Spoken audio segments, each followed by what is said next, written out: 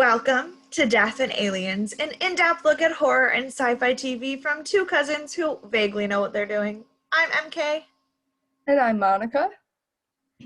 and today we are doing our first annual, only not annual because it will just depend on how long every show takes, DNA Awards.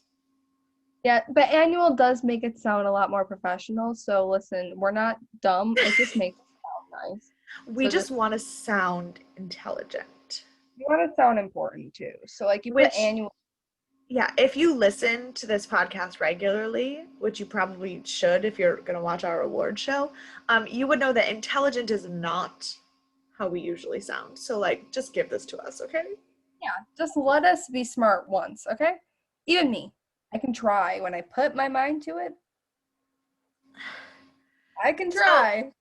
basically, how this is going to work is Monica and I came up with, I think we have 18 awards that we are going to give out to the show for various storytelling and visual aspects of the show.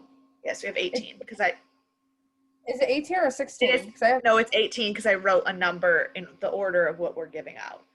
I only have okay, hold on. Time Okay. before we can So yeah, so we have about 18 awards that we're giving out, and Monica and I have not shared with each other any of our nominees. So basically how this is going to go is we're going to announce the award and kind of like the criteria for the award, and then we're each going to share our nominees and kind of discuss and choose a a winner. winner. Um, there are two awards that will get two winners. Mm-hmm. Also, because these awards are called the DNA for Death and Aliens, we did some cute DNA vocabulary names for some of the awards. Not all of them because I could not think of enough words, and also like I didn't want to like name a random award like the Siamines or whatever because I don't know what the fuck that would have to do with the award. That's very true. And the whole like naming awards after certain DNA vocabulary, scientific vocabulary, that all goes to Mary Kate. Yeah, so I had some days at work this week where because right now we are on Thai New Year holiday. Um, so we had the last couple of days of our school week before the holiday where most of the kids weren't actually at school. So when your normally 24 student class has 7 students in it, you don't really teach anything, which also means you don't really have to prep anything. Mm-hmm. So I sat at my desk for a long time. And what happens when I'm stuck at my desk for a long time is I just do weird ass Google searches. As one should, though. Um, yeah, so that's where we're at. Where we're at. And honestly, these names are very clever, and I absolutely love them. Unfortunately, only 3 of the awards have cool names because, like I said, I did not have the brain power or the scientific knowledge to understand any of the other words that I read. Because as much as I like sci-fi, physics is the only science I was ever good at. But that's because fair. it's actually math. Yeah, and I suck at math, so My physics teacher in high school told me that I was the weirdest person she'd ever met because I was having a breakdown and crying over like all these problems in physics. And she was like, usually the theoretical questions that have no numbers in them are easier for people to understand. You're the only person I've ever met who cries when there isn't math in the physics problems. And I was like, yeah, because I would be I was so like, I miserable. don't get the science. I get the math. I don't get the science. I just, Yeah, and for me, it was always I get the science, but why numbers? Stop. Get it? Bye bye. yeah, no, and now I teach 3rd grade science.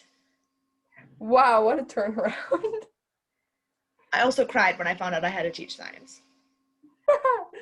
um But this week has been a very exciting week. When you guys are going to be seeing this, I will be currently sitting on vacation.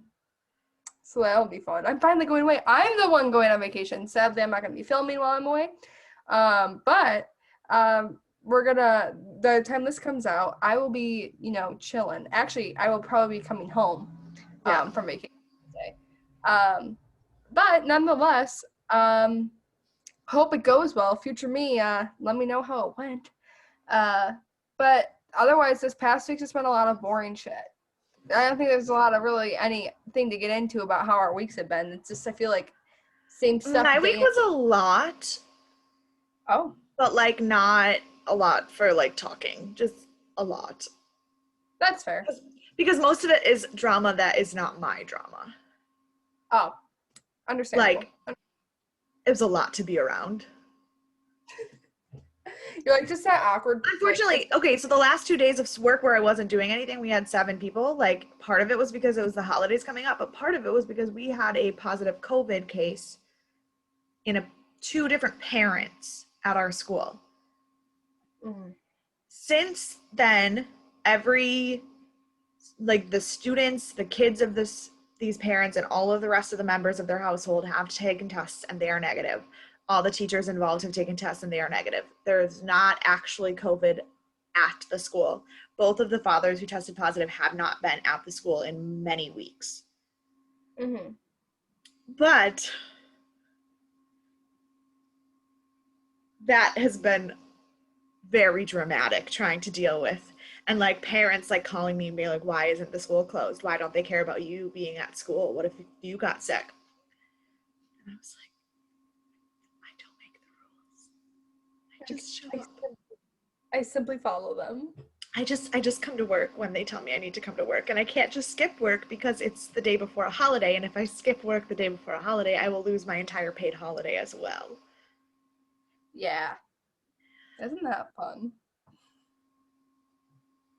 So it's been a lot, but like not really fun stories, just like a lot. Oh, that's fair. Um, All right. So, our first award. our very first award is the worst SFX of this season.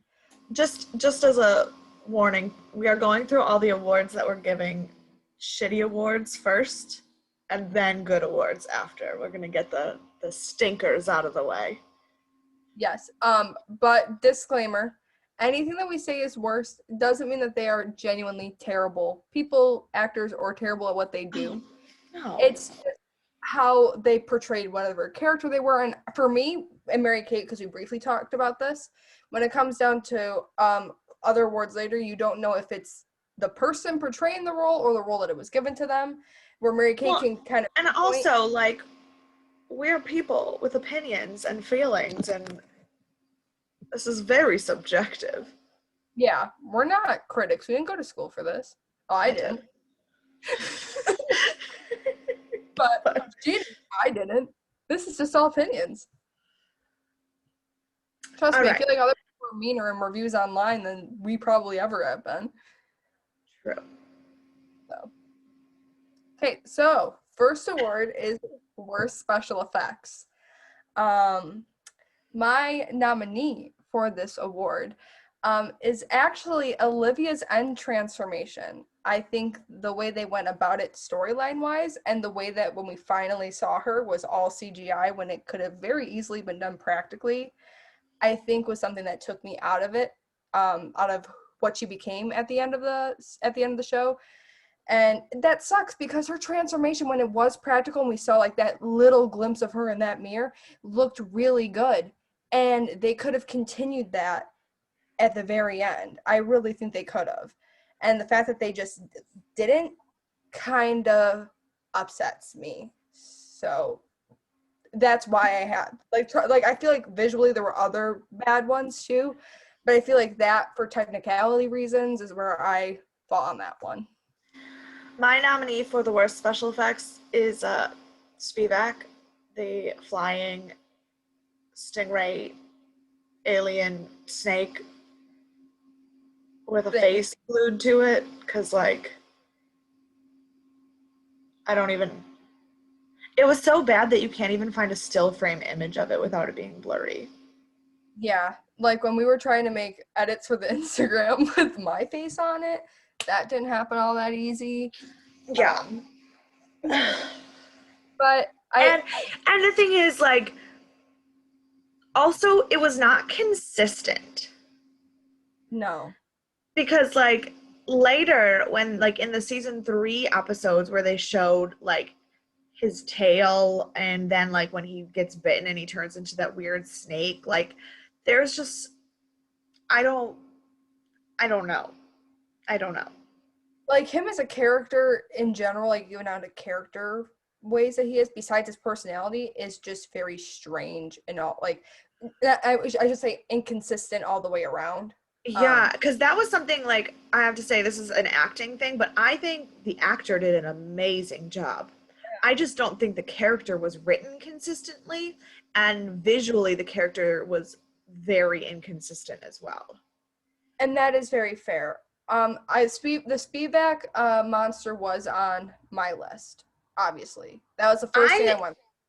Full disclosure, I wasn't gonna pick Spivak because it was too obvious, and I know for a fact that at one point in one of our episodes I said that I think this CGI is worse than Spivak. Only I don't remember what I said that about. That's the only thing about having to remember all this stuff and Yo, diving back. the number of things that happened in season 1 and 2 that I forgot happened while I was trying to make these awards. Yeah, like I forgot Shelly like left for a hot second. I was like, oh my god, yeah, that happened. Oh shit. I forgot there was a cult in season 2. Yep, that too. No, me and Mary Kate were talking about it yesterday. Like, she was like, "Do you remember that cult?" And I was like, "Oh my god, yeah." Like, why? Um, but now onto the Olivia thing. I don't know where you stand on that. Um, like I was saying See, before. I agree that it could have been practical and that that was kind of dumb that they didn't do it practically, but to me it didn't look as bad as Spivak It did, did. that is very true. It did not look as bad as Spivak. And then when I was thinking about Spivak, even though he was inconsistent, it was consistent with his mythology.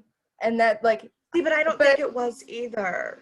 Because like they the had flying like Ray was like what he became, and that's why I was like, I can't be mad about it because that's what he's supposed to look like. I think they could have done a better job at making him look like that, but yeah, see, but like even when you go to like the Spivak thing and like his camp and he had all those like pictures on the mantle and stuff, I don't think I think there was like 8 million different versions of what they could have looked like. And like and the they put Ouroboros was such heavy imagery in season 1. So like why didn't I they would go more of a snake? yeah, I would have been happier if he just became like a snake man. Like if he went Jafar at the end of Aladdin, like I would have been okay with that. But they went, no, here's the stingray from Finding Nemo with a face put on it. That's literally what he looked like. Yeah, and I don't know. I just think that like I agree that storytelling wise we needed more of Olivia, and I do think that like it could have been practical to better effect, but it wasn't as hard to watch That as I Spivak. Yeah, and I will 100% agree with you on that one. Because at the end of the day, that was we all heard me bitch about it for 20 minutes in that episode. That yeah. So are we going to announce I Dr. think we're Sp- gonna have to go with Spivak.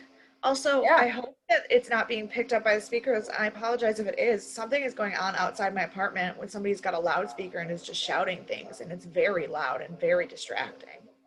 I can slightly hear it, but when you're talking, I don't really hear it that much. Okay, well, it's really annoying. So, Now great. we're on to the next award. The award number 2 goes to the worst actor. Now, like Monica said earlier, she doesn't really have any training in acting or any experience really other than like high school musicals. And so like she's not going at this from a like I guess, super critical. yeah, like super knowledgeable standpoint. My thing is, because I do have acting training and directing training, I just, I looked at it from who did the least with what they were given. Because again, we don't know how much was the writing and the director. Like, there's so many things that go into what is actually the final product of an actor. Like, on stage, what you see, that was what the actor is giving. In film, it's harder because there's editing and directing, and it's not black and white. But I will say that my nominee, I do feel bad because I don't think he's a bad actor in real life, like outside of this. But my nominee for this award is Mr. Doug Ray Scott, who played Norman Godfrey, because I think that he had the potential to have an amazing emotional arc. Like in season 1 and 2, like he goes through so much stuff.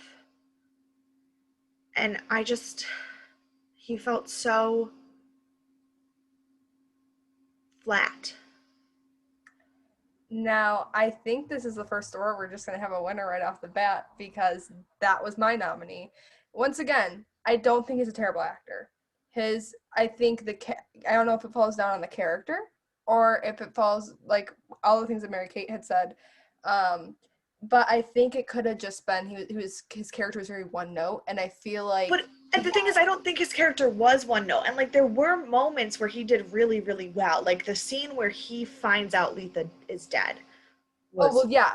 beautiful. Like he had moments, but like Not enough that I think would have showed such a diversity to. his season 2 storyline is so emotional. And I didn't feel like, and one of the things is by the time season 2 ended, I didn't care that Norman died. And part of it was because I didn't believe any of his emotions. Yeah, and that is very true. And like, and for me, I was like, I knew Norman was gonna die. I had a feeling that Norman was gonna die.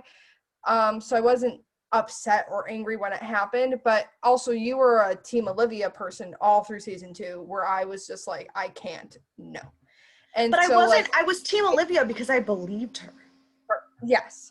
And where Norman, that when I went to say like one note, it felt like majority of season 2, he just had like brooding, but it wasn't like convincing brooding. Like it It was was just like like, hissy fits rather than being actually.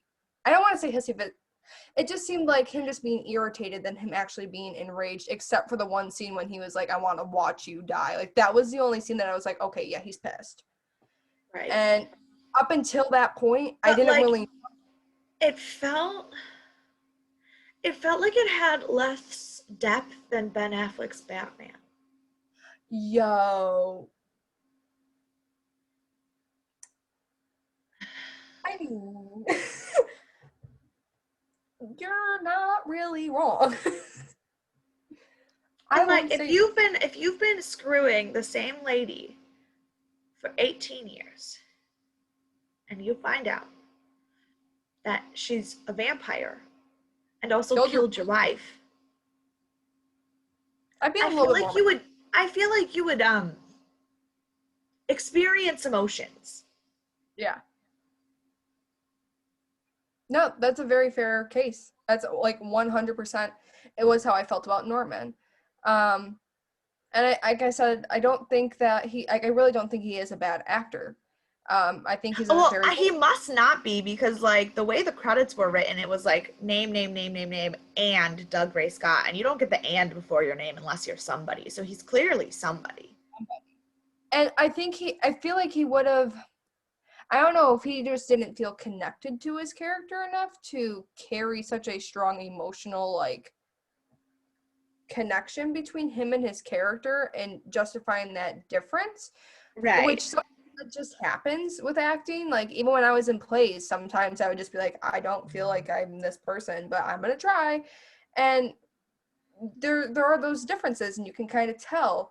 versus just like saying a line and then being somebody else. And I think he did try, because especially in season 1, I feel like who he was in season 1 was more true to who he is as a person, and so I think he felt more comfortable I in mean, that. he's clearly a good actor. He played the prince in Ever After. Well, there you go. So it's just that this was not it for me. Yeah. So we agreed on one. Our first agree in something goes. Yay! I can't remember actors' names, so I'm gonna just say Norman. But Doug Gray Scott. Doug Gray Scott. We still love you here at DNA, but you got our worst actor award. I hope you feel special. Um, now on to worst actress.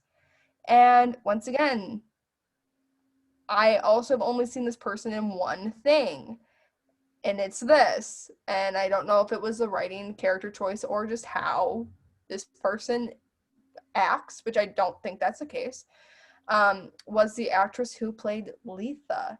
I think Penelope Mitchell. Penelope Mitchell. I know she was in Vampire Diaries, and I do remember her being on Vampire Diaries, but I was younger when I watched that, and I haven't watched it consistently to know enough about her character and her as acting. But for her character, and I feel like this probably will fall a lot on the character, because the only other real actress, like there was, I had played around with nominating Clementine, trust me, but because I don't know, once again, I was like, I don't know if that's her character. Letha was just very airy, if that makes any sense. I feel like she amped up the I'm an innocent, naive girl to everything, and I think everything's sunshine and rainbows, even though literally everything is death. Once again, I don't know if that's I feel like that is her character, but I feel like she it was supposed to go here, but she went all the way over here with it. Like, it was like she was really hammering it home when I don't think it needed to be at times, which isn't always a bad thing, but I feel like that's just how she presented that character. I know she's done other things, like you said, Vampire Diaries. I know she was in that, and you would know more about that than I would, but I just think her playing this character, I don't know if it was the best choice for her. I considered Penelope, but I don't think my problem with Letha had anything to do with Penelope. I just think it was a terrible character. And you're probably right about that one. I nominated someone super out of left field. I nominated Amanda Smith, who played Anna, the old lady nanny lady. Because Oh! she tried to act with her face a lot. Why are you right about that? And like, there's more to being angry than. Yeah. And she wasn't a very big character. She didn't have a lot to work with. So like, it's not like I'm expecting Famke level acting from this lady, but like, I don't know, acting with your face bothers me a lot. Like, if you're sad or angry, your eyebrows can't be the only thing telling me that. Honestly, I didn't even consider Anna, because she was like so Right. to me, where I was like looking at the more like bigger names and trying to figure out the people that we would obviously remember from the show, like who was the word, like, and I think they're all really good actors. I don't think anyone in here absolutely sucks, Right. but I I also, think her death was, I just didn't, it was really bad death acting. oh yeah, that's very fair.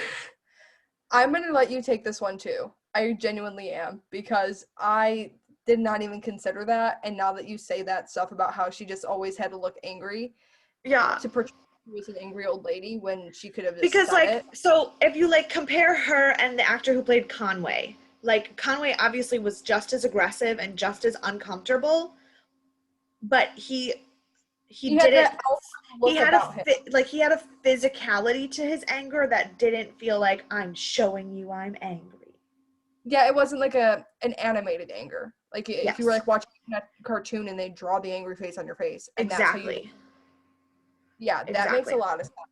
Yeah, I wasn't even considering I didn't even think about Anna, but yeah, that makes a lot of sense that you bring it up.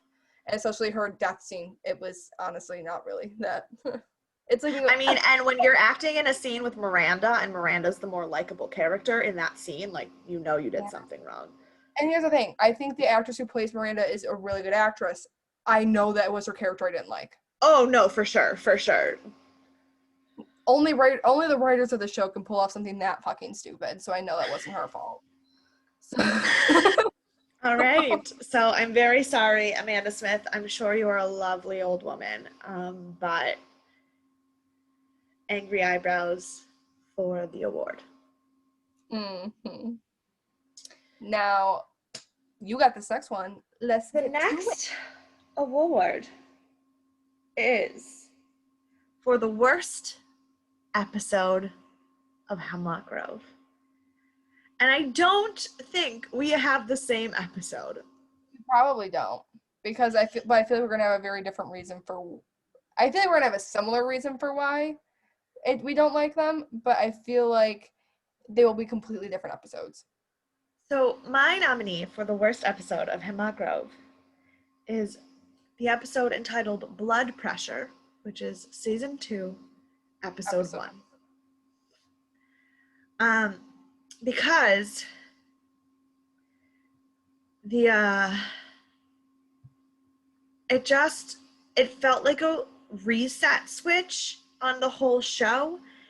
And while season 2 ended up being very good, I felt very disconnected in that first episode. I did not understand anything that was going on or why any of the characters were where they were. Linda getting arrested at the like gypsy party, and like Roman's new house and the baby and the padlock. Like, it was just a lot of stuff that felt very disjointed, very unconnected, and very much like a different show than we had watched for all of season 1. Mm-hmm. And for that, I'm sure I could explain other reasons why I just did not care for it. But the one thing I really liked about it was that we saw Andreas for the first time, and I said that he could get it. But but then like also there was like the weird drug dealers with Peter and Roman eating on the leeches, and it was just so weird. Now, for mine, I had considered the first episode of season 2, but I did end up choosing it, and I agreed with you on that point. But the reason why I didn't was because we were kind of I don't want to say it deserved pressing the reset button. I do think it was very conjoined, but I feel like they were going in like it was the start of a brand new show left off somewhere that wasn't their creative idea. And so I knew going into that episode that it was going to probably not be, I knew it was going to be hectic. It was a lot to deal with. And I was like, what the fuck am I even watching? Why does any of this matter? And it sucks because later on in that season, we realized a lot of the stuff that happened in that first episode didn't seem to fucking matter later on in the season anyway. So, but that is a very fair point. My worst episode for Hemlock Grove is from season 3, and it is called House in the Woods. Now, the reason why I don't like this episode, this was like, and for those of you who have watched Stranger Things, it is like the 11 standalone episode in season 2, where it's completely out of left field. I don't want to say completely out of left field, but it's like a separate story, but you don't really need it right now. But apparently you don't really need it ever. And besides of the knowledge that we gained from Olivia about, not Olivia, but we gained about, what Spivak is. I feel like there could have been another way they could have made that happen by going to this, instead of going to this random oopier like conference in the middle of nowhere, and then it mean absolutely nothing besides we know what Spivak is later, and we don't even know how to kill him in that scene. We don't even know anything about, we just know what species he is. That's all that we gained the only information that I felt like we took away, and that there were these things that had virus and that you can distract them with light. Those are the two takeaways that we got at all. I agree. That was also on my list of episodes that I was considering. I'm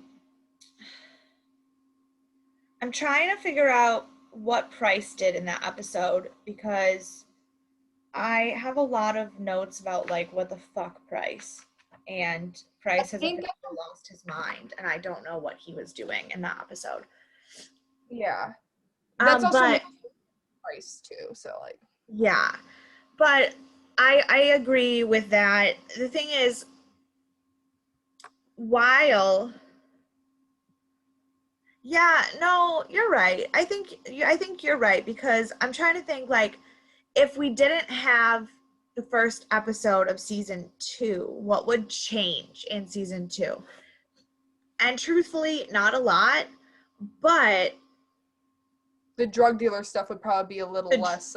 the drug dealer stuff was, as much as it was a useless plot point, it did continue for the whole season. There was, obviously it ended with the reveal that the baby was alive in the um weird room, which And like led to everything that happened in season 3, kinda ish. kind of like, but like basically the baby is the whole plot of season 2. um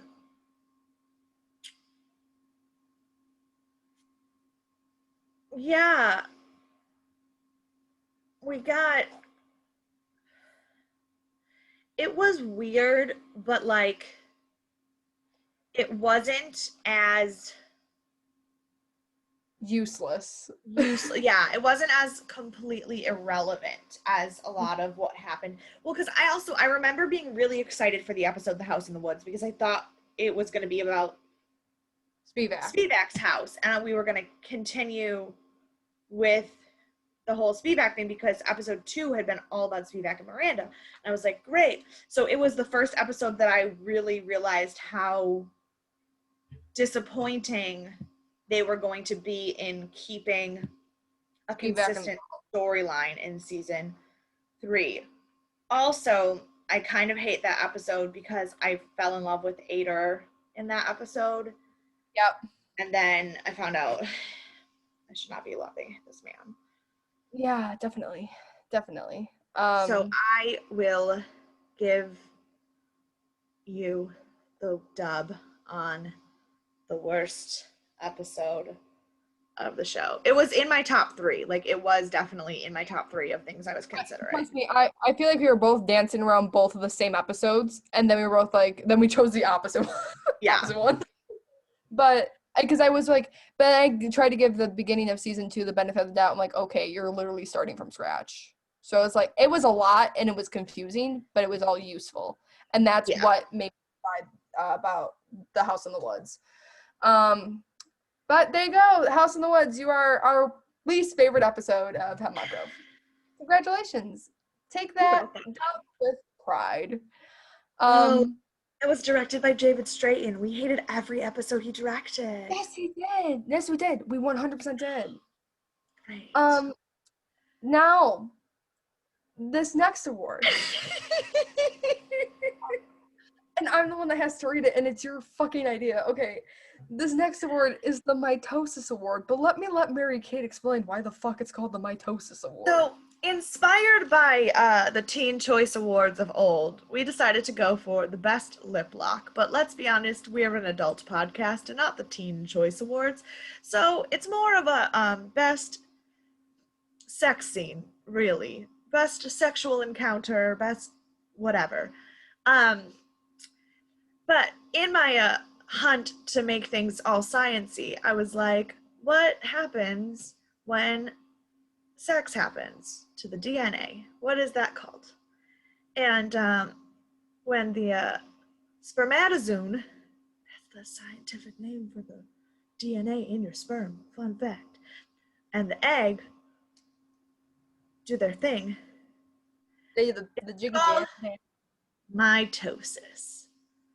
So this My is this. Sorry.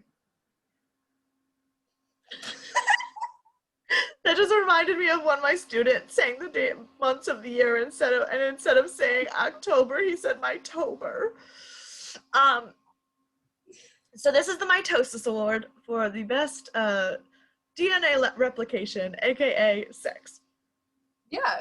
And I had two choices and I was like, which of these aren't illegal?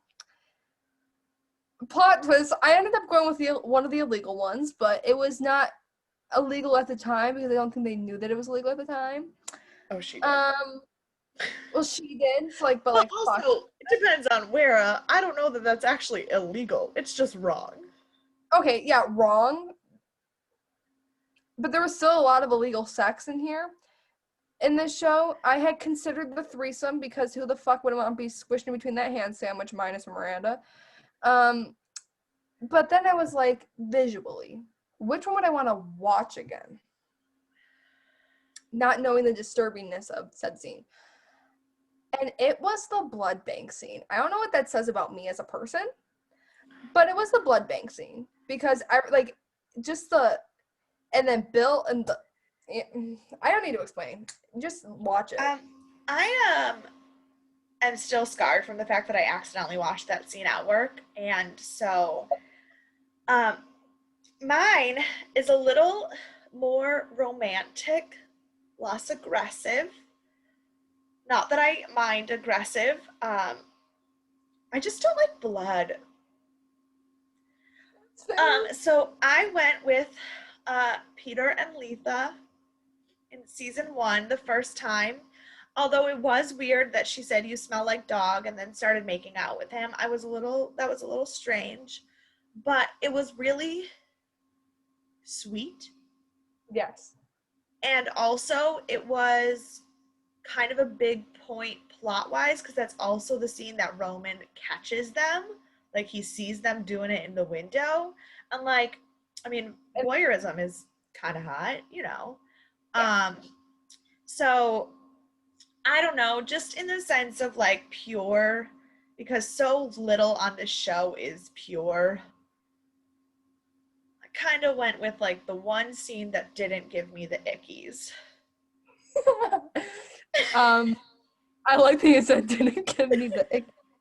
Um, I really like why you chose that. I really do. Whereas there was like watching the blood scene aesthetically, like me being like a Oh, horror fan, that was a really beautifully shot scene. yes. 100%. I think it was gorgeous. I honestly think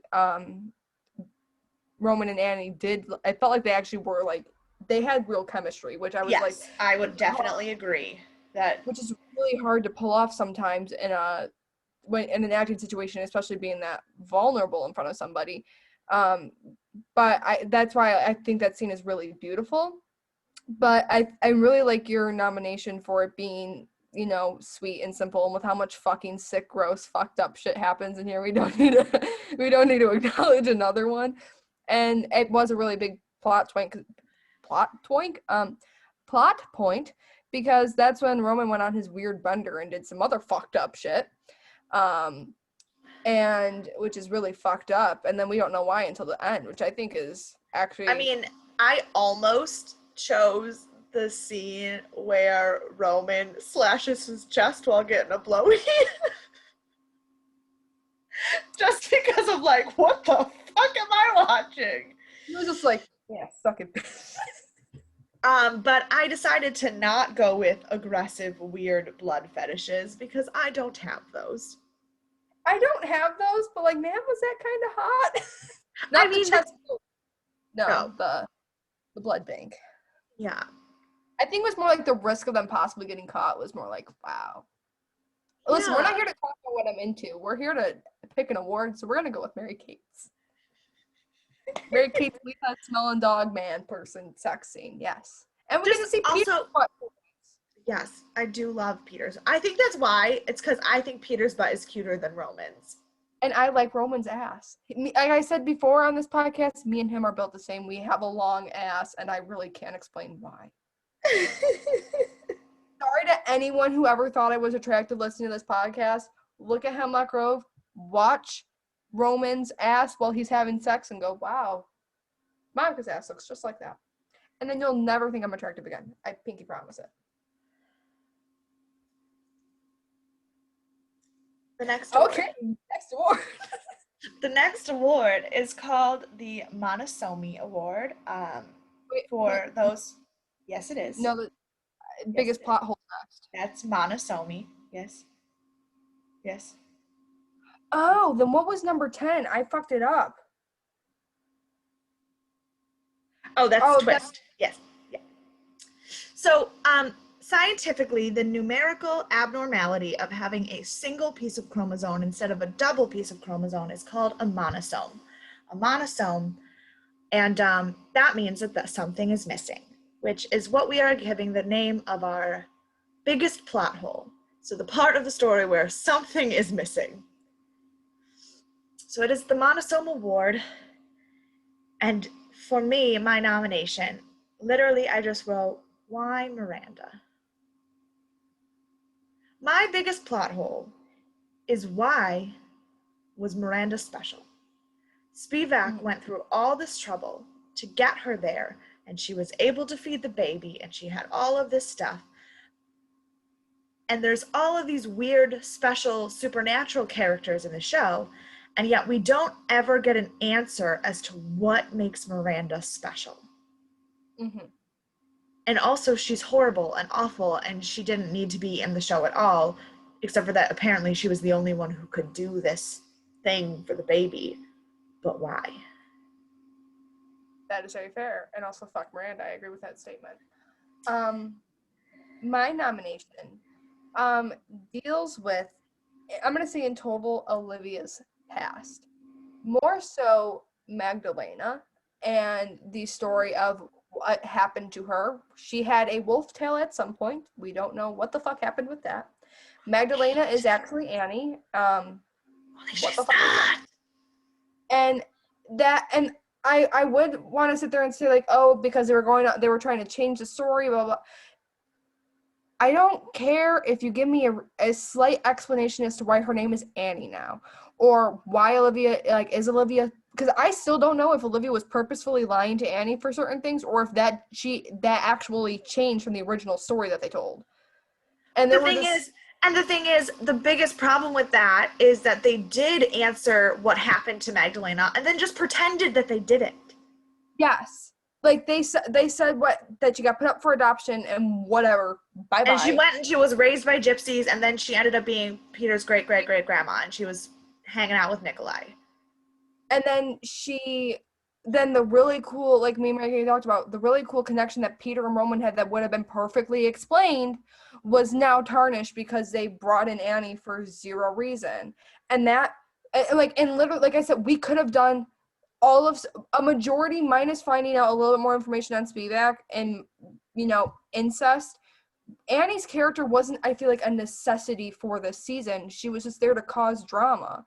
And I hate to say it, but every female character that's within the boys' age group is there to cause drama. And I wish they would have given a female character some actual importance. And that's why I liked Annie's character at first. I'm like, oh, she's not psycho. She's not weird. She's not crazy. She seems like she has a purpose here. But her purpose here was to create drama between her brother and completely tarnish a completed story from 2 seasons ago. I agree. I'm going to give you that one because I didn't think of that as a plot hole. I just thought of that as them fucking retconning and ruining everything. But when you try, if you're going to retcon, you need to back it up, and it didn't make sense. No. And that's bullshit. All right, so you get that one. Hell yeah. Now on to our next award, which is the Cell Death Award. You can use your science words to explain that one too, Mary Kate. So again, the Teen Choice Awards calls it the Hissy Fit Award, basically the breakdown. What I didn't really want to think of it as a hissy fit so much as a character breakdown. Like who had the best complete meltdown. But again, when a cell starts to degenerate, it's called the cell death. Mhm. So So there we go. So for my nominee for best cell death mine was is when so, this is the one that I said I have no idea where this even came into my head, and you're not going to have the same one. I really don't think I am going to. Mine was when Priscilla, when Shelley found Priscilla, and because we had never seen Shelley just like go through like real genuine human emotion, because it just felt like she had to keep to herself for so long throughout both seasons at that point, that finally seeing her be able to just be like, what the fuck, and just after everything she had been through between season 1 and season 2, I felt like that. And especially, and a lot of that falls on the actress for her portraying that scene as well.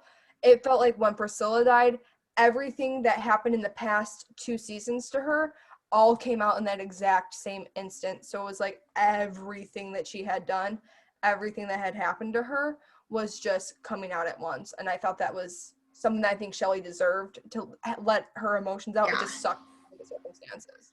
I agree with that being a really good one. But again, mine is super weird, super random, but it's also because I think that this character deserved better. Okay. My Cell Death Award nominee is Sheriff Tom Sworn Oh, because his descent in the end of season 1, from not believing anything and then watching Christina break down and then losing the girls and then going crazy and building a bomb in his basement, like it was a slow, it wasn't one single moment, it was a slow breakdown, but it was a lot. And the actor killed that emotional journey. And yeah. then to just start season 2 with being like, oh, well, he blew himself up. I was like, Because what? that was literally like a cliffhanger at the end where he was down there Yes. like, and we all thought Oh, that he was gonna. he deserved so much more. Like even if we watched him blow himself up, which I Yeah, get why they didn't want to show us that. And also that's like why also paying the actor to just do one scene like that. Like I get it. and even But if it wasn't he deserved so much more. yeah, and even if it wasn't to like show him blowing up, like show a building blowing up and then like police running there and be like, to show like his emotional journey, like he got so far to just being gone. That is a really, really good, that is really And good. part of And the reason why I went with that was because Shelley's breakdown was beautiful. I agree, but Shelley had a couple breakdowns. That was the big one, but then also like she tried to hang herself and then like she freaked out at the end of the show and everything. And I also just feel like Tom didn't get like enough recognition nothing for, really else on this list am I going to give to him. yeah, But that I is very fair. think that he actually really like his character journey by the end of season 1, I was really invested in what how he was feeling. Yeah, because he lost everything, everything. Um, and so yeah, I will agree with you on that one. I didn't even think about Tom. It's I just didn't even thought of- and it also like because it was so slow and because it just felt so real. Yes, because no one like no one has a screaming breakdown instantly because of I one mean, and thing. granted like Shelley's was also a build up to Yeah. that moment for sure, but like when you lose there's the breakdown of the emotional agony and then there's the breakdown of feeling so much that you start to feel nothing, and that Mm-hmm. is just so real to me, and that Yeah. is why I chose Tom. I will agree with you on that one. I will 100% agree with you on that one. You get that dub. Enjoy it. All right, next award goes to our base pairing. Get it? Because DNA base pairs. Haha. Anyway, it's our OTP, the ship that we will sail Into the to the sunset. end. Now, are we And associated? I don't think it's a question who either of us chose, Duh. Um, but we are riding that Peter Roman ship Yeah, forever. Peter Roman to the end, bro. Like, and especially more so because they are still really good friends to this And day, I and still the interview that I saw with Landon where he was like, yeah, no, there weren't actually any like gay vibes written into the show. That just like happened. I was like, like it was just me and Bill just kind of liking each other. oh man, Trying to loved fit it. in the moment. And Love plus, it. just like their friendship, it kind of fizzled. Like it wasn't obviously a big point in the last season, which pisses me off the Right. absolute. But their friendship was reasons why I didn't We mind actually watching the enjoyed the show. Yeah. show. But I also, I probably wouldn't have picked their ship as like an actual real ship, yeah. except then we got validated by Price being like, so you two like, You would think you like him. you got it. Get it? So Like I he's felt a very boy. I felt very validated by that moment. Joel De La Fuente coming in, sticking up for us all the time. Thanks, Joel. We love you. You're our dad. You're our actor dad. I hope you don't think that's weird. I don't. The next award goes to the Hottie. Now, this will be a 2 award winner because me and Mary Kate will neither of us will concede to the other. We already agreed on that. Obviously, you're dumb as shit if you don't think I'm picking Bill Skarsgård. That man is a snack and a half with his flat ass. Love him. Little Twix candy bar. I don't know And why I said if you have watched a single episode of the show, you know that I have never wanted to be choked out by anyone the way I have by Joel De La Fuente. there you go. and me and Mary Kate will both agree that the other is also very Yeah, attractive. like they're both very attractive men. That is not, but if you think I'm gonna back down, From Joel, no. no. And me from Bill, no. No. So You is my baby. I hate that I said that. I really hope that Joel never listens to this and goes, wow, never mind. I don't support this podcast anymore. listen, Bye-bye. he tweeted that someone asking him to punch them in the face made him uncomfortable, and I was like, okay. I sort of take back everything I've said on the podcast. Yep. All right. And now we move on to the best of awards. That was all of the weird random ones and all of the worsts. And now we're getting in to the second half of the awards, which are just things that were actually good. Mm-hmm. And the first one goes to the best plot twist. As you know, if you listened to last week's episode, we are big fans of plot twists. We like some M. Night Shyamalan levels of intrigue. Plot twist. And also, TV can be very predictable. Mm-hmm. It can be very hard sometimes, especially if you are a big literature person who reads a lot, to find something that shocks you. And I really like being surprised. So, my nominee for the best plot twist is Olivia killed Isaac. Yeah. There's this whole episode with Olivia and Isaac hanging out, and then the end of the episode, when you find out that the entire episode was in her head, was the only time that I genuinely was like, oh shit. Now, I 100% agree with you. But like I had said before, I had thought of that one. But I was also considering it for another category. So I didn't end up picking it for this one because I thought it was worthy of another category. Okay. I picked when Roman found out that he was the father of Letha's baby and then killed Olivia. Because I was debating that also for the other category I was debating the other one for, but then I didn't because then I remembered everything else about it. But I thought that when that episode genuinely ended, that's when the book I would assume when the book ended and Olivia didn't come back to life, and then the Oopir stuff obviously happened to her, like the virus and stuff.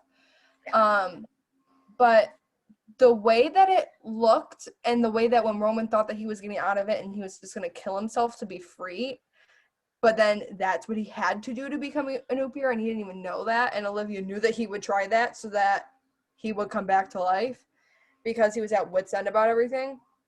I think that there were some hints at that it was kind of him because of how protective he was of her, and we're like, is he fucking her? But we never knew, and I never knew for sure until that point. Right. But I will give you this one, even though it is a nominee for another award. But I do think that was a really amazing plot twist. I mean, I I think think I think that Roman finding out that he was the father was a really good character twist for him. But by that point in the season, we had kind of had so many clues and so many weird like scenes that like we knew something strange was happening. This was yeah. the first time this was the only like because it was an in episode twist. Like it didn't have to do with anything else in the season. It was just one episode. It was the only time that I genuinely felt shocked. Yeah. And I thought the way it was visually done Mm-hmm. was amazing. Oh, for sure. For sure. Now we go on to Best Writer, which, if you're new here, go watch our old stuff, because duh. But if you are a listener throughout this whole series, our first supporter of the show was Sir David Paul Francis. And so, with great honor, I know we are both going to agree that you deserve this award. You have written almost every single favorite episode that we've had Yeah. of this show. Yeah. Like, you are incredible. We love you, Love, Dave. love David Paul Francis. Best of love to that man. Also, shout out just because he isn't anywhere on this list because it wasn't really an award category, but like if there was an award for character that makes you laugh every time they show up, even though they are not really relevant to the plot at all, it would go to Vlad. Yes. Vlad would be getting that award. So, 100%. David Paul Francis, hands down. Our next award,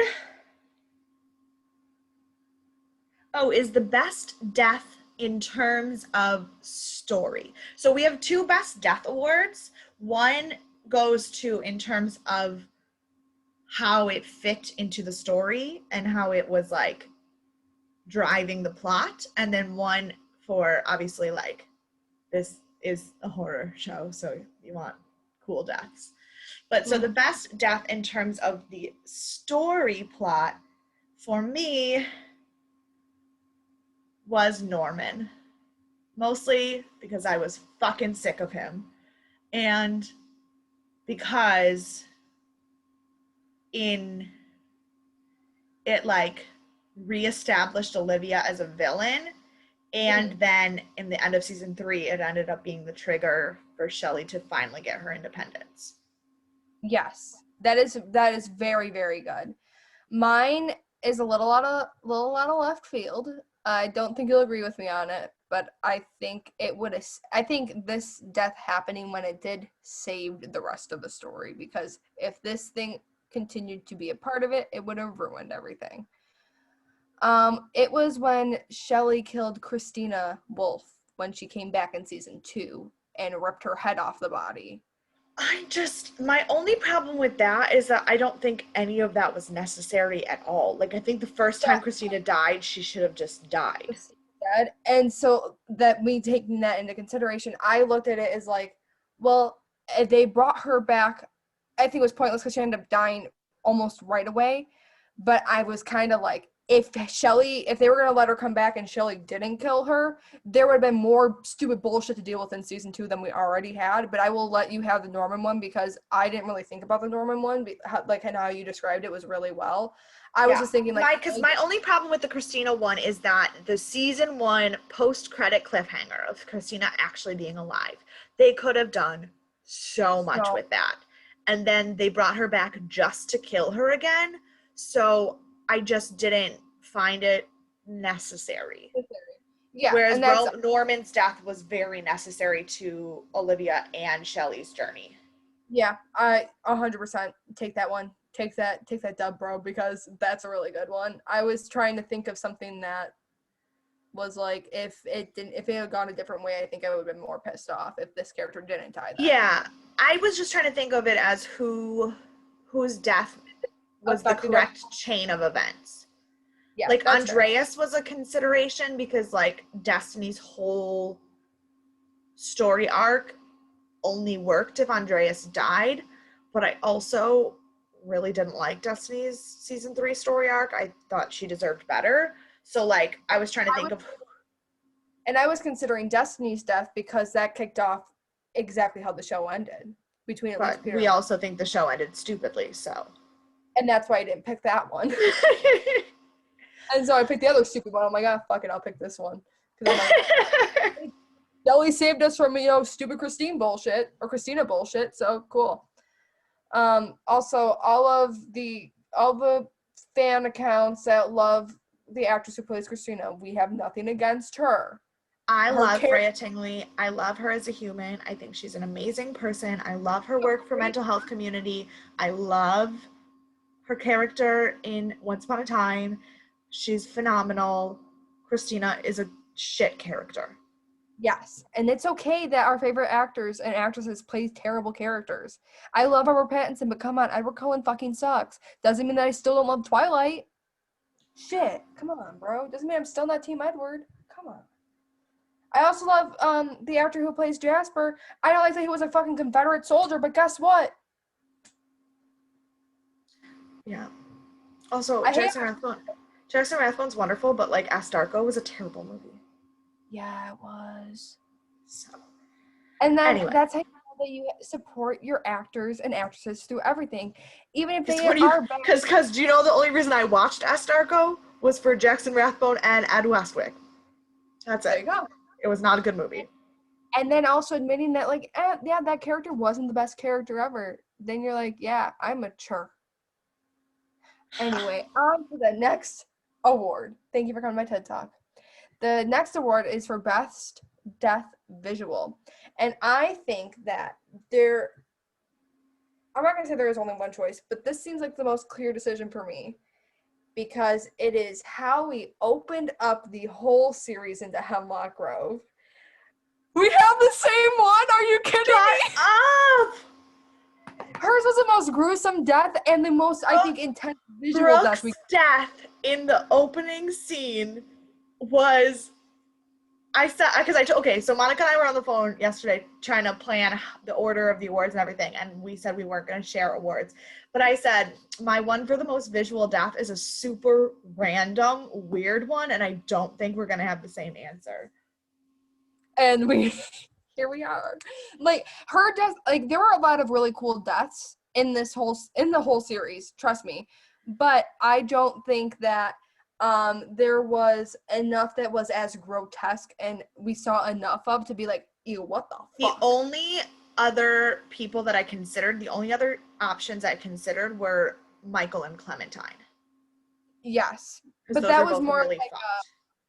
yeah, and I was considering more of Clementine and Michael's more sort towards story rather than visual. Even though Clementine's a little bit more visually gory than Michael's visual really messed me up. Yeah, that was also fucked. But I think the intense, grotesque of Brooke's death and how well it was done is a lot. And Well, that's why I also think it was done so well that Monica and I expected the show to be good. we did. I'm like, if this is how the SFX are gonna look, I'm excited. Like, yeah. Honestly, most of the SFX work wasn't terrible in the show. There were times there was kind of like, but there were other times, a majority of the time, I was pretty much pleased with the special effects. I was not disappointed at all. Speaking of special effects, our next award goes to the best special effects of the show. And I think we might have the same one for this. I think we are. My nominee is the very first wolf transformation. Because that was dope. Disgusting. It was, and I mean that with, gratitude. seeing Peter like rip his skin off and eyeballs coming out, and like, because obviously there had to have been CG, and like the snout coming through the mouth, for it to still look so, even when it happened to Christina and we saw it happen in the last episode of the season, it still looked so real. Yes. When you know it isn't. And that's why I looked at when they were doing CGI later in the show. I was like, y'all mean to tell me you made a wolf come out of a person's mouth, but you couldn't do this? Or make a hand come out of a wolf mouth and make it look gross as shit, but you couldn't do this? Yeah, Like, the wolf effects. Ooh, sorry. The wolf special effects were sorry. so good. And pardon me, momentary change in scenery. My laptop is about to die. Oh God, can't let that happen. So now I'm gonna be looking scary for the rest of the episode. I do apologize. Great. Okay. Anyway, but yeah, see, we agreed on. But I feel like that was like one of the easiest awards. It was one of the easiest awards because, I mean, that while there was other good special effects in the show, that one was just one of the, like, that one was just mind-blowingly good. And it's hard. It was one the way we reacted to it the first time we saw it, I don't think anything was going to be able to top it. Yeah, like, and like when I wrote down for right now, I just wrote wolves in general because I feel like any scene that even when Roman grabbed Peter out of the wolf and like the hand came sticking through the wolf's mouth, that was also kind of, so I They just like did have a couple lazy wolf transformations, like when, like, some of the stuff in the beginning of season 3 was not great. Yeah. And they did have a couple lazy too. Yeah. Like we saw how season 2 ended.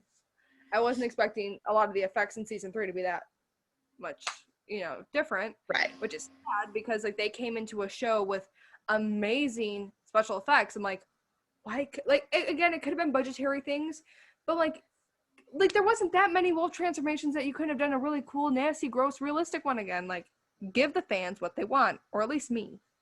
Shit. Well, no, and a lot of people on the internet only really liked Hemlock Grove for that wolf transformation.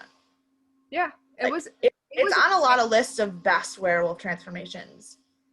It's also on some lists of worst because I was watching a TikTok where a guy was really mad that after all that, it just looked like a regular wolf. And I was like, what were you expecting? Exactly. I'm like, he's not a werewolf. He's not like Taylor Lautner up in this bitch coming in like 5 Yeah, but even Taylor Lautner, they turn into just wolves. It's not like we've got like Harry Potter werewolves where they're like people, but like, what did you expect? Like Michael Jackson's Thriller? Like, no. And that's what I think is so cool about them, like, because they showed such a gruesome thing, because they weren't werewolves. They were just wolves. They never were called werewolves once in the show, and werewolves are half man, half wolf. Wolves are just wolves. Yeah. Like, they're technically would be considered shapeshifters then. I mean, like, their thing does more closely follow the lore of actual werewolves and the transformation on the full moon, and they talk a lot about ways to become a werewolf, and it is more werewolf than like shapeshifter, because like Twilight would be shapeshifters. They can change whenever they want. It doesn't hurt them. It's just But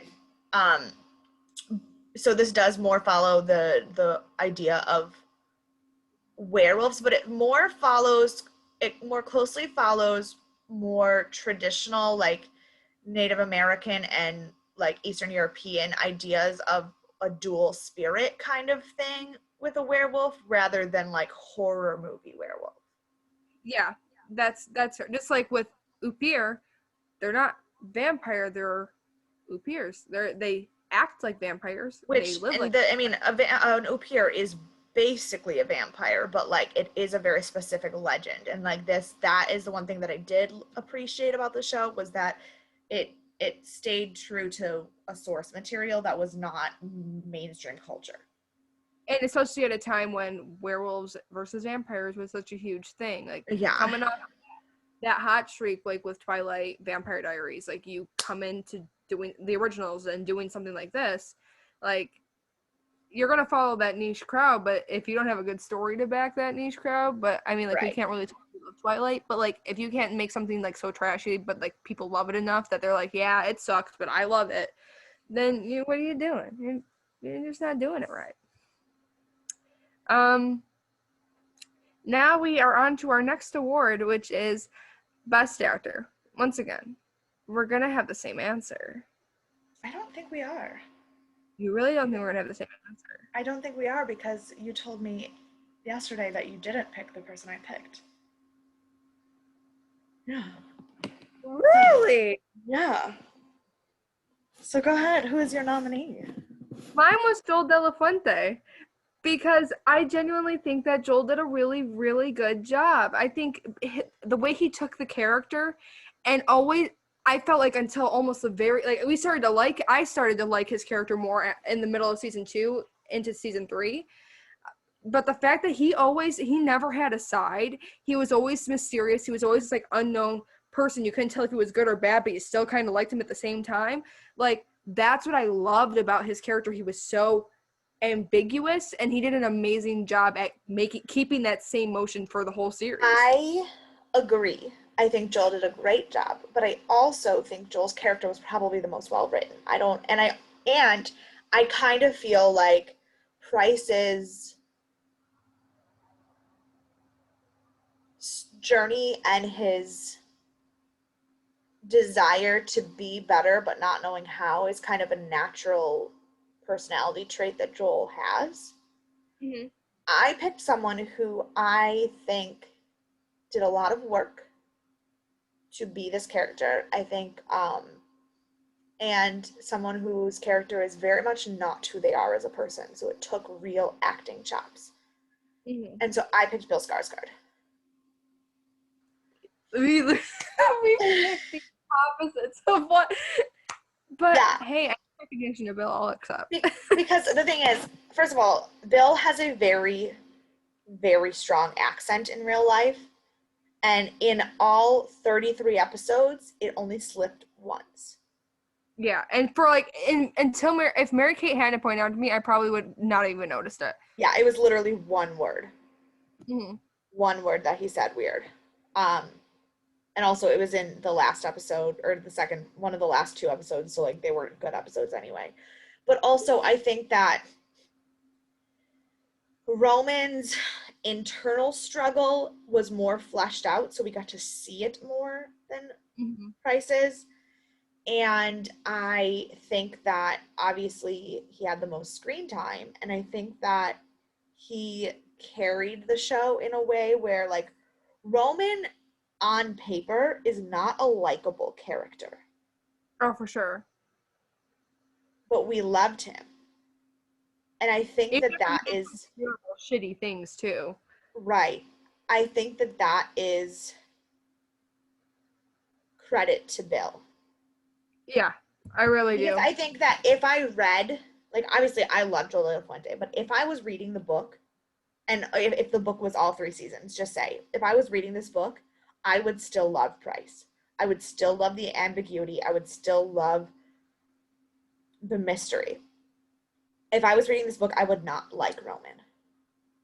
He Yeah. is selfish. He is manipulative. He is immature. He gets angry about things. The way he snaps on people, his choices for like death and stuff. Like on paper, Roman is a terrible character.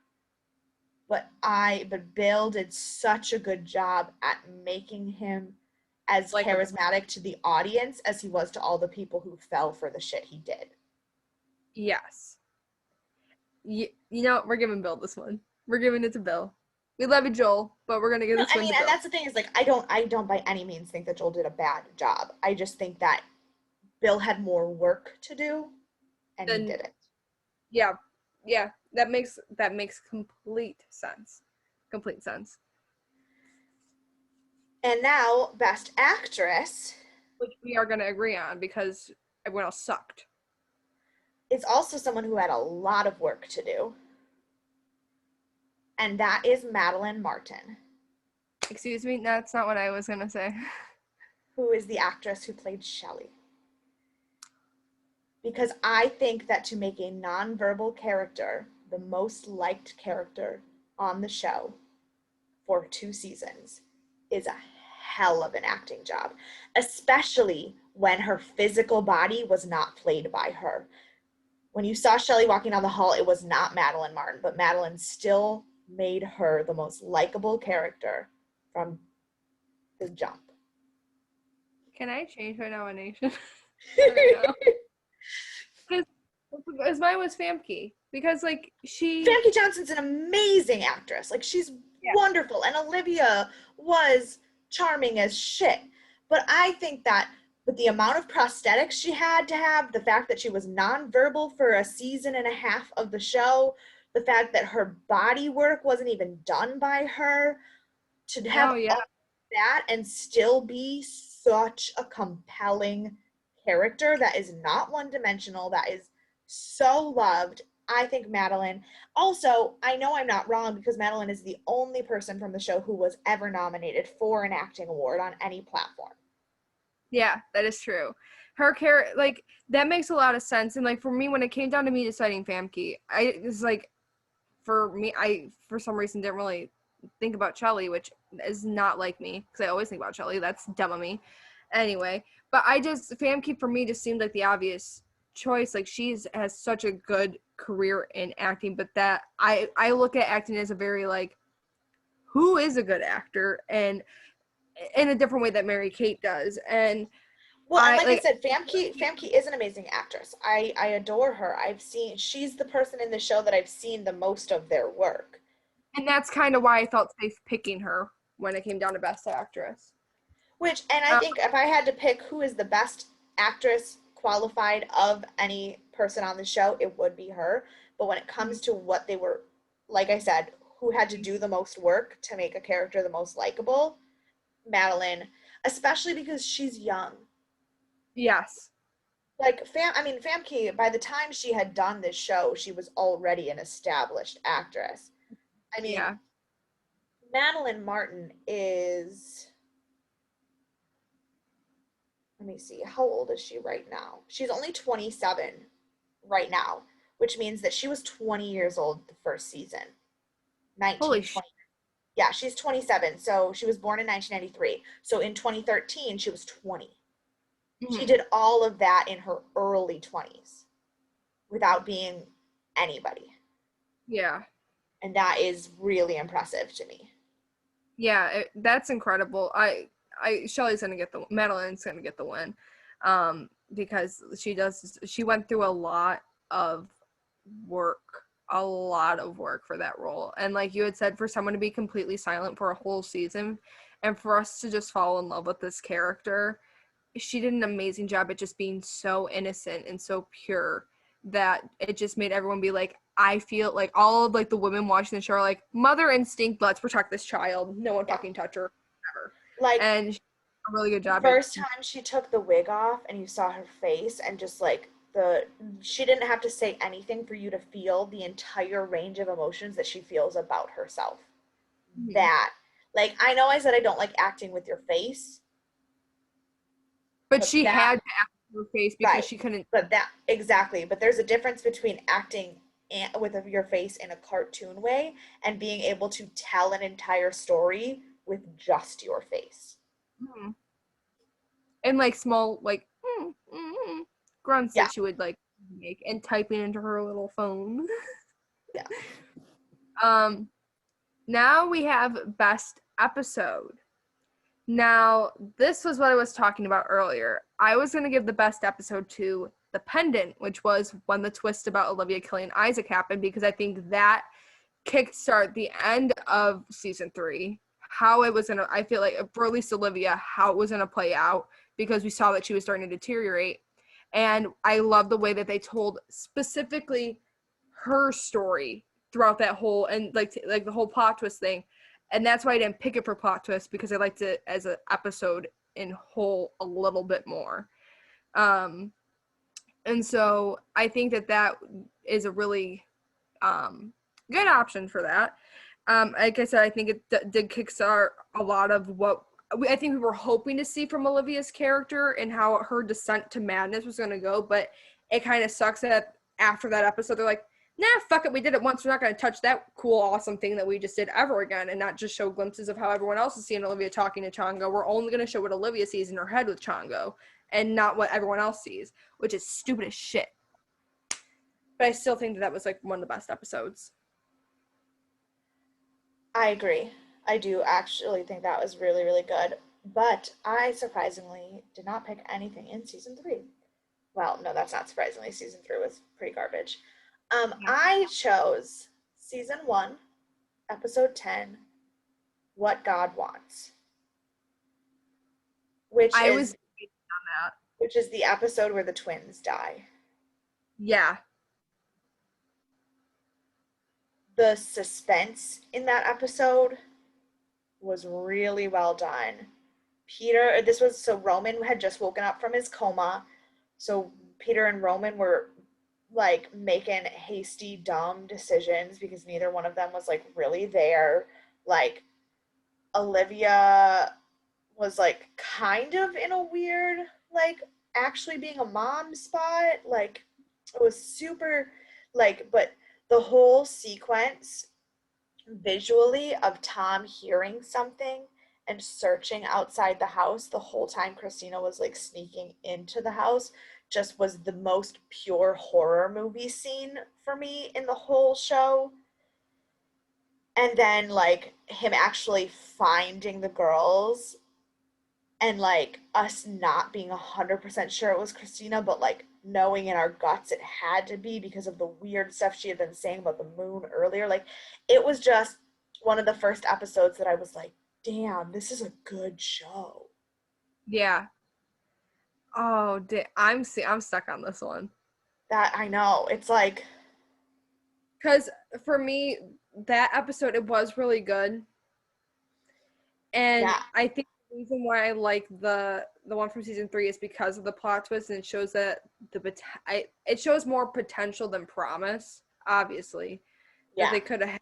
And it's like I'm still holding on to that like slight little hope that they would have done something cool with Olivia's descent to like that could, if they were gonna make this a whole storyline, going about it that way would have been an amazing way to show that if her transform is for, like I said, for how important they made it this season, to the point where Peter and Roman got pushed to the sidelines and every other storyline was basically pushed on the back burner because of what Olivia was going through. yeah. Make it more interesting like you did there. And I think if they did that, I don't think I would have had as much of an issue because of how complex her situation would have been. But we've also been seeing it when we didn't get a chance to. Yeah, I definitely think that that was one of my favorite episodes of the show. I think that it was probably the only good episode for me, really, in season three. I just,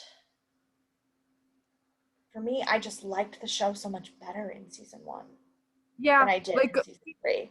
Like yeah, this is the episode where Clementine catches Peter, but then Olivia catches Clementine, yeah, and like it just had so much good stuff.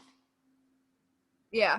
I honestly will, because this already got the best plot twist. I think this should go to your nomination because I genuinely do believe that, like, when I look back at season 1, it was, I think that they took a lot of creative liberties I later think on. that a lot of season one felt a little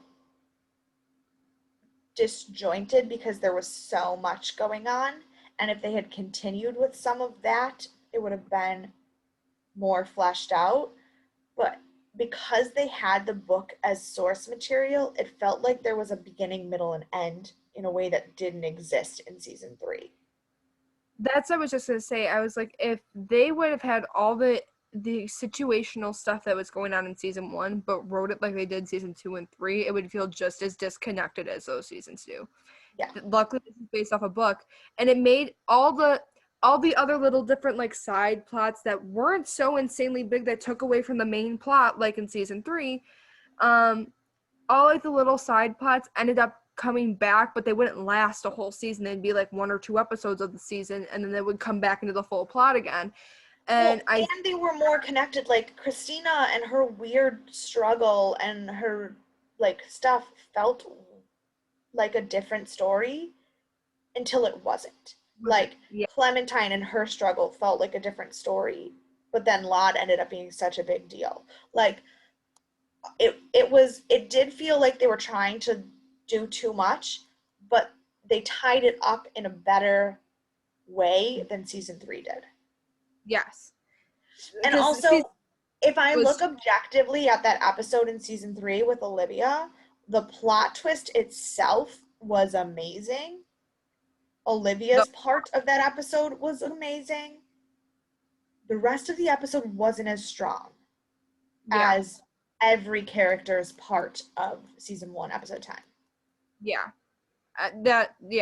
That's fair. I think that's a Because better choice. I think that obviously Tom and the twins was a huge thing, and I visually loved that.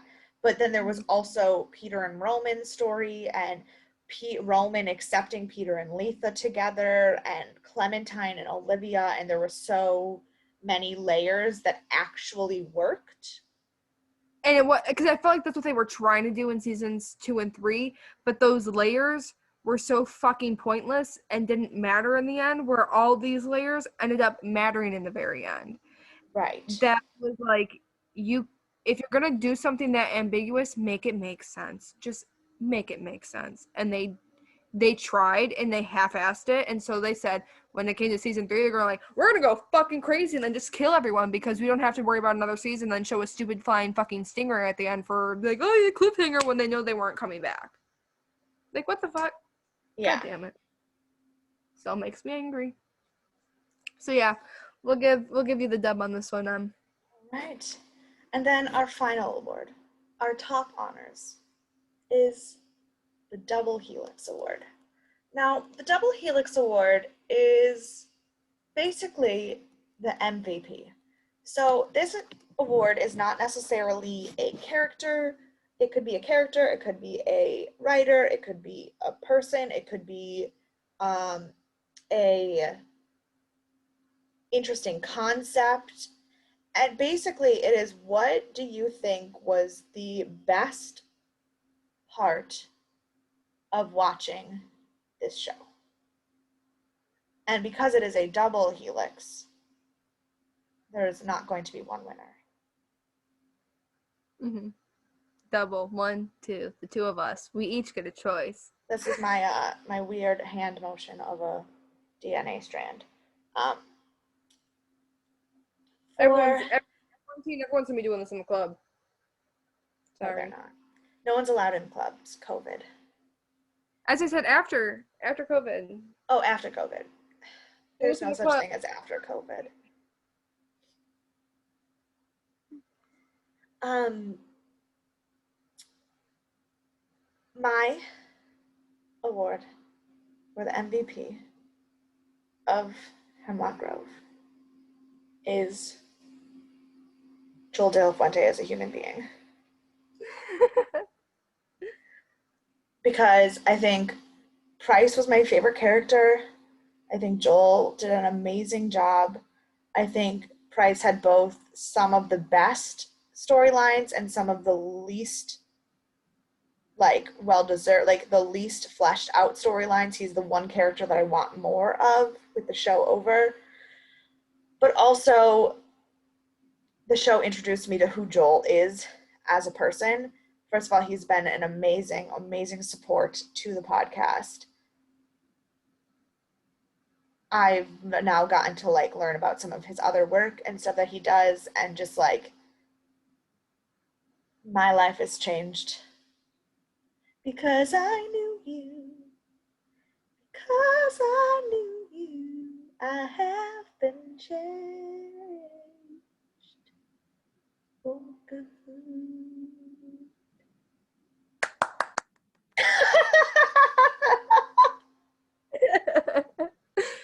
That was very gorgeous, Mary Kate. And Oh if God, Joel, that was so off key. It's not even funny, but thank you. Thank you so much.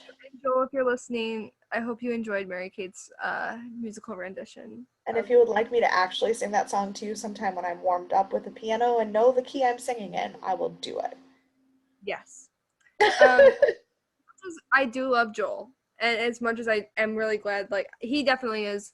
I feel like no matter what, we'll both agree with the same things because we're not choosing a winner Yeah. for, but for me, it was the thing that I said to Mary Kate earlier that I think is the biggest understanding for the whole show as a whole, overall, and why a lot of people kept watching for so long, was Peter and Roman's connection that they had, their way of just being so, like, the chemistry that was between them, not even like romantic or whatever, but like Yeah. just who they were as like people. They, as actors in a scene, they worked so well together, and to know that Hemlock Grove made them really good friends, that they're still friends to this day, makes me happy. Even when things were really heavy and they were in the middle of literally like an end of a world crisis, and they would just turn to each other and go, ah, shit. Like, that made me laugh. I would only laugh at that and like some one-liners from like Price and Olivia. But they kept the show intriguing because of who they were as people together, and that's why I hated a lot. I felt disconnected a lot from season 3 because we didn't have the power duo, being badasses together and being all sulky and emo until the very end. And I'm like, can this could have happened sooner if I it also fuck. think that dialogue was not as good in general in seasons 2 and 3 because we had less Peter and Roman scenes. Yeah. Like, so fun fact, whenever I post a picture on my own Instagram, I refuse to make my own captions. I'm not that creative. My captions are always quotes. And I have used things that Peter and Roman have said to each other as quotes on my Instagram more than I would like to admit. Which one? I want to know. I credited, it says Peter Romantic, but my picture, it says you're only bored if you're boring. Peter Oh yeah, I Romantic. think I saw That's my most recent one. that. They were But just yeah, an amazing of the show, and I I think mean, that. and also like their relationship, their dialogue is the only thing from the show that I quote. Like, you know how sometimes you watch a show and you end up just like saying things all the time? Like, there's this whole trend on, like, I saw this girl posted all these TikToks that was like shit that me and my best friend say every day now because of Marvel, which I Mhm. sent you the whole series. Hi, honey bunnies. Right. But the one thing that I say all the time, and I don't know why, is I just go, stupid fucking birds. And the thing is, that was meant to be serious, I but know. fucking, it was just so out of left field. It was like stupid fucking birds, and they all just fall. Like, what the fuck? God. Oh man. And then I think that's gonna be one thing besides Joel, is being able to watch them every week. Yeah. Like, that would be the one thing I'm gonna miss, is just seeing had such a bond with them, and I'm like, I don't want to watch you go, but like, fuck everything else the show is about, but like, not you. We love you. Yeah. And God, and with that, we're done. So comment below what your MVP for Hemlock Grove is. Please do not say that you want a season 4, because Yeah, then we if you won't do, thank you. you're crazy. Like, you can love the show all you want. If you love the show, good. I'm glad someone does. But you don't need a season 4. How if you here's a challenge. No, you know what? If If you're one of the people who wants a season 4 of Hemlock Grove, please send me your plot outline for what on Yeah, earth you think the show would be about. yes. Do you think Peter is gonna come back? Do you think Because everyone is dead. only Shelly's alive to fight them off? You think Literally everyone is dead. you think Linda's gonna be back here in town? Be like, Linda's also, what? Linda's gonna somehow come back into America without being chased by the FBI to talk to Peter and make him not a Vargulf anymore. That's not how that works. I'm so really mad that Linda just, disappeared halfway through the show, and just like halfway through season 3, and was just like, no, season 2. Oh my Yeah, God, she was gone for a she was season and a gone half. for a season and a half. Yeah. That's fucking bullshit. Also, Mary Kate, I don't know if you know this. Have you ever seen The Conjuring? No, because I don't Linda want shit like that. Linda plays the mom in The Conjuring, and Well, she ends up. that's the thing. I was about to go look at what Lily Taylor was doing in that time period of why she wouldn't have been in. Honestly, if that's, she probably was filming The Conjuring. No, The Conjuring came out before Hemlock Grove. Came out in the Wait, beginning of 2013. okay, on the beginning of 2013. Yeah. So she was filming, she was in Hemlock Grove up until, oh, maybe. Oh, that's weird. She was either, because she was also in Almost Human, Mm-hmm. which eventually we might do because it's a sci-fi show, but that was in 2013 and 2014, so same time. So that wouldn't have been it, but she was in the Maze Runner movie that came out in 2015, so filming was probably, Around the same time. yeah. That's so fucking sad, though.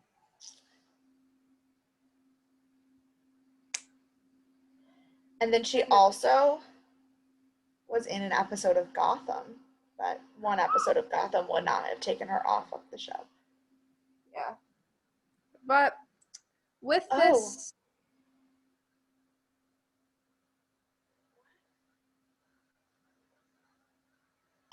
oh, she got a lead role on American Crime, oh, which, like, obviously that it's an anthology show, so like I don't know like which, you know what I mean? Like she's, he plays multiple but different characters. yeah. But like in season one, she was a recurring, and then seasons two and three, she was main cast, which that came out in 2015. So it would have been between The Maze Runner and American Crime, those would have been filming, and those would have been bigger money roles Roles. for her. Yeah, that makes sense. But just like everyone in Hemlock Grove did, we're now gonna go away. Away from Hemlock Grove. We're gonna be like Shelly and sadly that douchebag ate her and reach for the We're gonna sky. go get our piece of sky. Yeah. And we're gonna be happy fucking somewhere else. Because I hope fuck we're gonna Hemlock. be happy. Could you Yeah. imagine if we just keep picking shows that make us miserable?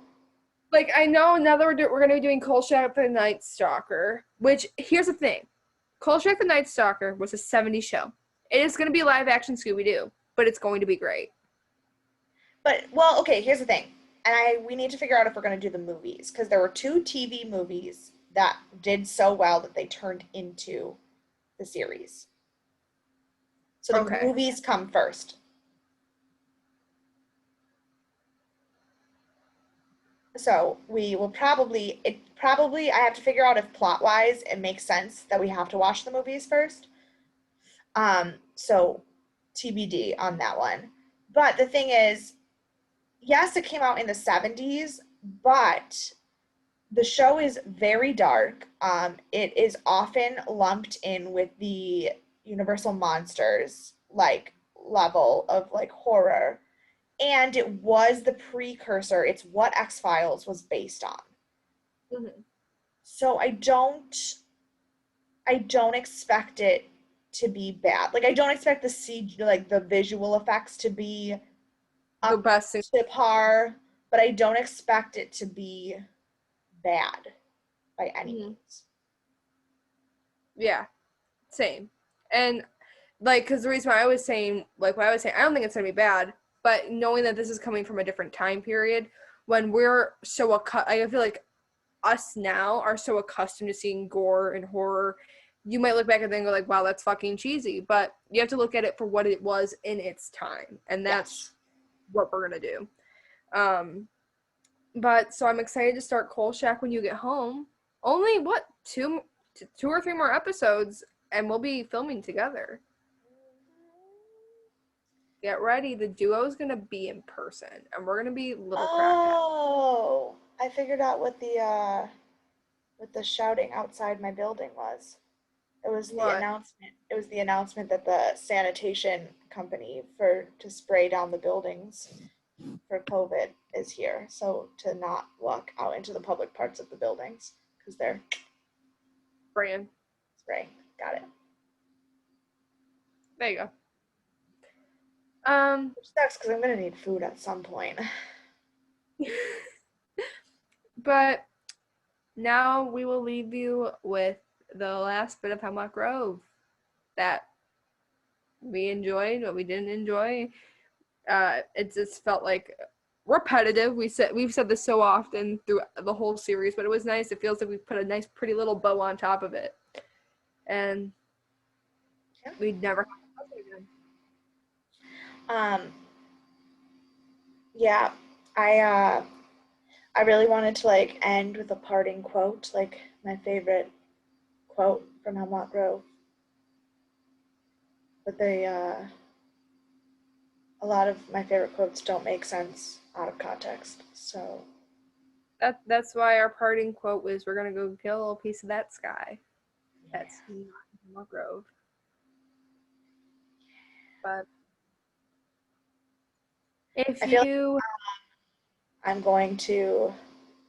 Oh, I have an idea for how this is going to end on the YouTube, but we don't need to tell you because it's a visual thing, and so you'll see it when it ends. So, with that, bye. we didn't do our plugs. Oh, duh. Be sure to follow us on Death and Aliens on Twitter and Instagram, and email us at deathandaliens@gmail.com. You can follow me on Instagram at EMKAY_superstar. And you can follow me on Instagram at monica.lynn_ and on Twitter at mon_lynn_. We will see you next week. Bye.